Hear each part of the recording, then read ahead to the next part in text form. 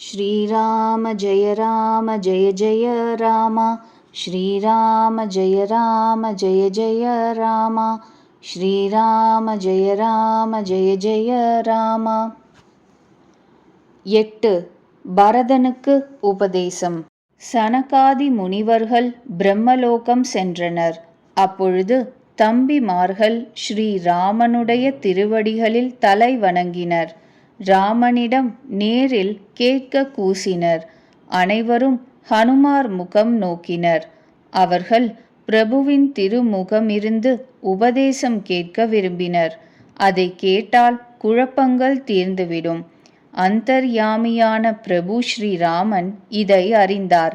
பிறகு வினவினார், ஹனுமானே, என்ன செய்தி? அப்பொழுது ஹனுமார் கைகூப்பி கூறினார், தீனதயாளனே, பகவானே, பிரபு ஸ்ரீராமா, கேளுங்கள். நாதா, பரதன் ஏதோ கேட்க விரும்புகிறார். ஆனால் கேள்வி கேட்க மனதில் தயங்குகிறார். பகவான் கூறினார், ஹனுமானே, உனக்கு என் இயல்பு தெரியுமே. பரதனுக்கும் எனக்கும் இடையே இடைவேளி ஏது? பிரபுவின் இந்த சொற்கேட்டு பரதன் அவருடைய திருவடிகளை பற்றி கூறினார், நாதா ஸ்ரீராமா, தஞ்சம் அடைந்தவர்களின் துயர் தீர்ப்பவரே, கேளுங்கள். ஸ்ரீராமா, எனக்கு எவ்விதத்திலும் ஐயமில்லை. கனவில் கூட துயரமோ மோகமோ கிடையாது. கருணை ஆனந்தம் இவற்றின் குவியலே. ஸ்ரீராமா, இது தங்கள் கிருபையின் பயன். ஆயினும் கருணையின் உறைவிடமே ஸ்ரீராமா, நான் தங்களிடம் துணிந்து ஒன்று கேட்கிறேன். நானோ தொண்டன், தாங்களோ தொண்டர்களுக்கு சுகம் அளிப்பவர்.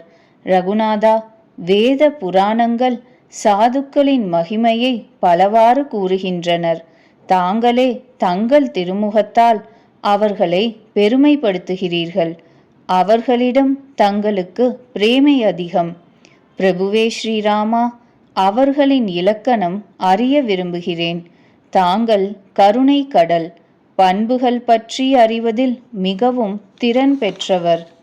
தஞ்சமடைந்தவரை காப்பவரே.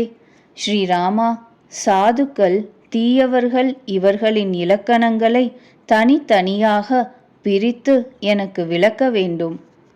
ஸ்ரீராமன் கூறினார், பரதா, சாதுக்களின் இலக்கணங்கள் எண்ணற்றவை. அவை வேதங்களிலும் புராணங்களிலும் பிரசித்தமானவை. சாதுக்களுடையவும் தீயவர்களுடையவும் செயற்பாடு சந்தனத்தினுடையவும் கோடரியினுடையவும் செயற்பாடு போன்றது. கேள் பரதா, கோடரி மரத்தை வெட்டுகிறது. ஆனால் சந்தனம் தன் இயல்பை வெளிப்படுத்தி அந்த கோடரிக்கும் கூட மனம் ஊட்டுகிறது. இத்தன்மை காரணமாக சந்தனம் தெய்வங்களின் தலைமீது ஏறுகிறது, உலகிற்கு உகந்ததாகிறது. கோடரி முனை மீண்டும் உலையில் காய்ச்சப்பட்டு அடிக்கப்படும் தண்டனை பெறுகிறது. சாதுக்கள் போகங்களில் ஈடுபட மாட்டார்கள். நற்பண்புகளுக்கு கருவூலமாகி பிறர் துயர் கண்டு துயரப்படுவார்கள். பிறர் மகிழ்வு கண்டு மகிழ்வுறுவார்கள். எங்கும் எவரிடமும் எப்பொழுதும் சம பாவனை உடையவர்கள். அவர்களின் உள்ளத்தில் எவரிடமும் பகை கிடையாது. அவர்களுக்கு கர்வமும் கிடையாது. வைராக்கியம் நிரம்ப உண்டு. பேராசை, கோபம், சிற்றின்ப மகிழ்ச்சி, பயம் இவற்றை துறந்தவர்கள். அவர்கள் உள்ளம் மென்மையானது. எளியவர்கள்பால் பரிவுள்ளது. மனது சொல் செயல்களினால் கபடமின்றி என்னிடம் பரிசுத்த பிரேமை கொள்கிறார்கள். எல்லோரையும் மதிப்பார்கள். தற்பெருமை கொள்ள மாட்டார்கள். பரதா, அந்த ஜீவர்கள் எனக்கு உயிருக்கு இணையானவர்கள். அவர்களுக்கு ஆசை கிடையாது. என் திருநாமத்தையே புகழாக கொள்வார்கள். அமைதி, வைராக்கியம், பணிவு, நிம்மதி இவற்றின் உறைவிடம். அவர்களுக்கு குளுமையும் நேர்மையும் அனைவரிடமும் நட்பும் அந்தணர் திருவடிகளில் பக்தியும் உண்டு. அந்த பக்தியினால் தர்ம சிந்தை உண்டாகிறது. அப்பா பரதா, இந்த இலக்கணங்கள் எவர்களுடைய உள்ளத்தில் உள்ளனவோ அவர்களை என்றும் உண்மையான சாதுக்கள் என்று தெரிந்து கொள். அவர்கள் மன அடக்கம், புலனடக்கம், கட்டுப்பாடு, நீதி இவற்றிலிருந்து நழுவ மாட்டார்கள். வாயினால் சுடுமொழி கூறமாட்டார்கள். எவர்களுக்கு ஏச்சும் புகழும் சமமோ, என் திருவடி தாமரைகளில் இணக்கமோ, அந்த குணக்கடல்களான ஆனந்த குவியல்களான சாதுக்கள் எனக்கு உயிரே போல பிரியமானவர்கள். இப்பொழுது தீயோர் இயல்பை தெரிந்து கொள். மறந்து கூட அவர்களுடன் சேரக்கூடாது.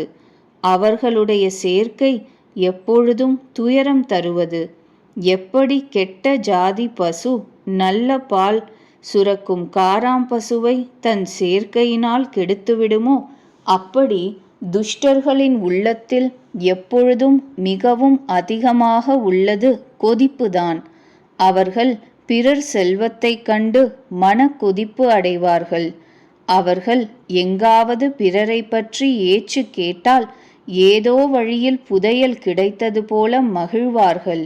அவர்கள் சிற்றின்ப ஆசை, கோபம், திமிர், பேராசைகளுக்கு வசப்பட்டவராகி நெஞ்சில் ஈரமற்று கபடம் நிறைந்து சூழ்ச்சியும் பாவமும் மிக்கவர்களாக காரணமின்றி எல்லோரிடமும் பகை பாராட்டுவார்கள்.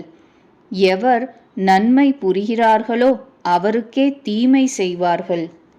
அவர்கள் கொடுக்கல் வாங்கலிலும் பொய் பேசுவார்கள். பிறர் கொடுப்பதை குறைத்து கூறுவார்கள். தாம் கொடுப்பதை அதிகமாக கூறுவார்கள். உணவிலும் பொய் பேசுவார்கள்.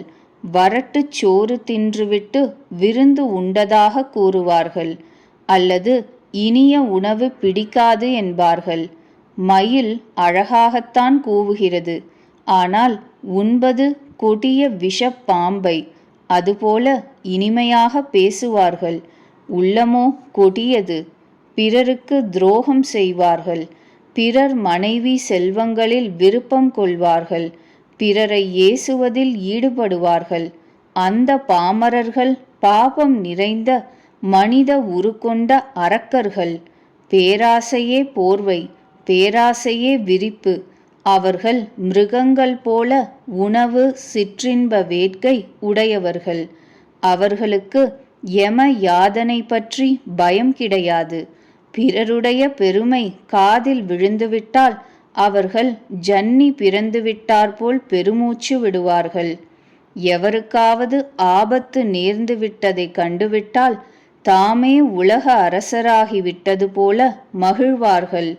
தன் நலம் மிகுந்து சமுதாயத்திற்கு விரோதமாக ஆசையும் பேராசையும் கொண்டு மிகவும் ஆற்றாமை உடையவர்களாக இருப்பார்கள். தாய், தந்தை, ஆசான் இவர்களை மதியார்கள். தானும் கெட்டு பிறரையும் கெடுப்பார்கள். மோகத்தினால் பிறருக்கு துரோகம் இழைப்பார்கள். சாதுக்களின் சேர்க்கை, ஹரி கதை இவர்களுக்கு பிடிக்காது. அவர்கள் கேடுகளின் கடல், சிறுமதி படைத்தவர்கள், காமுகர்கள், வேதங்களை இகழ்பவர்கள். பலவந்தமாக பிறர் செல்வத்தை பறிப்பார்கள். பிறருக்கு, குறிப்பாக அந்தணருக்கு துரோகம் இழைப்பார்கள். உள்ளத்தில் தற்பெருமையும் கபடமும் குடிகொண்டிருக்கும். ஆனால் வெளிப்படையாக அழகிய வேஷம் பூண்டிருப்பார்கள். இவ்விதம் தாழ்ந்த துஷ்ட மனிதர்கள் கிருத யுகத்திலும் திரேதா யுகத்திலும் கிடையவே கிடையாது. துவாபர யுகத்தில் சில பேர் உண்டு. கலியுகத்தில் இவர்கள் மந்தை மந்தையாக இருப்பார்கள். தம்பி பரதா, பிறருக்கு நலம் செய்வதற்கு ஈடான தர்மம் கிடையாது. பிறருக்கு துன்பம் இழைப்பதற்கு ஈடான அதர்மமும் கிடையாது.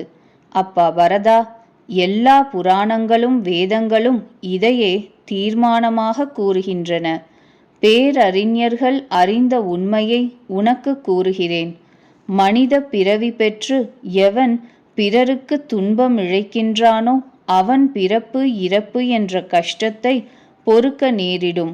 மனதில் மோக வசப்பட்டு தன்னலக் கருத்துடையவனாகி பல பாபச் செயல்களை புரிகிறான்.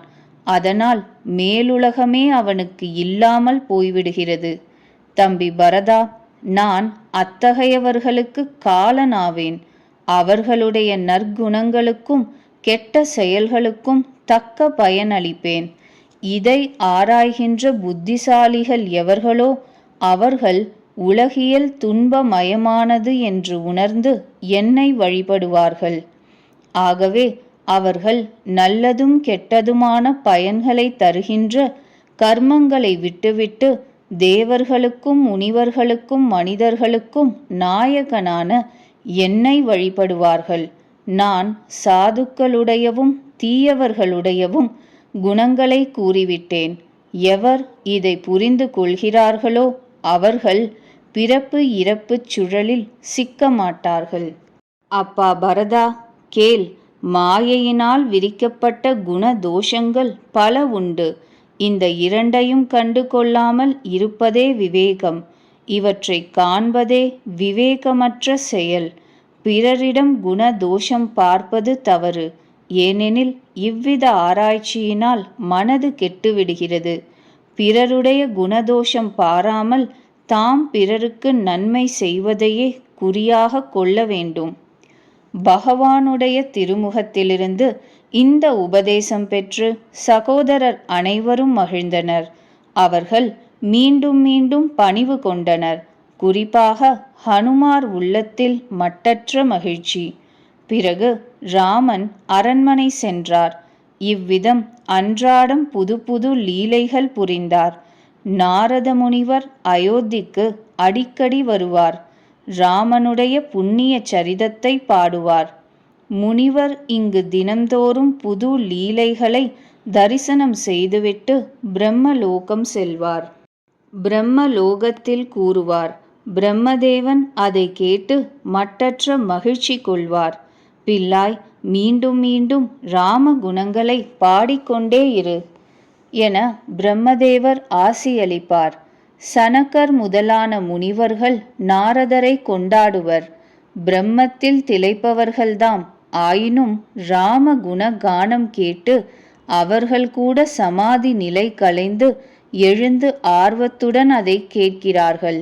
அவர்களே ராம கதை கேட்பதற்கு தகுதி மிக்கவர்கள். சனகர் முதலிய ஜீவன் முக்தர்களான பிரம்மத்தில் லயித்துவிட்ட பெரியோர்கள் கூட தியான சமாதியை விடுத்து ஸ்ரீ ராமச்சரிதம் கேட்கிறார்கள் என்று அறிந்து கூட எவர் ஹரிகதையில் ஈடுபாடு கொள்ளவில்லையோ அவர்கள் உள்ளம் கற்பாறையாகும்.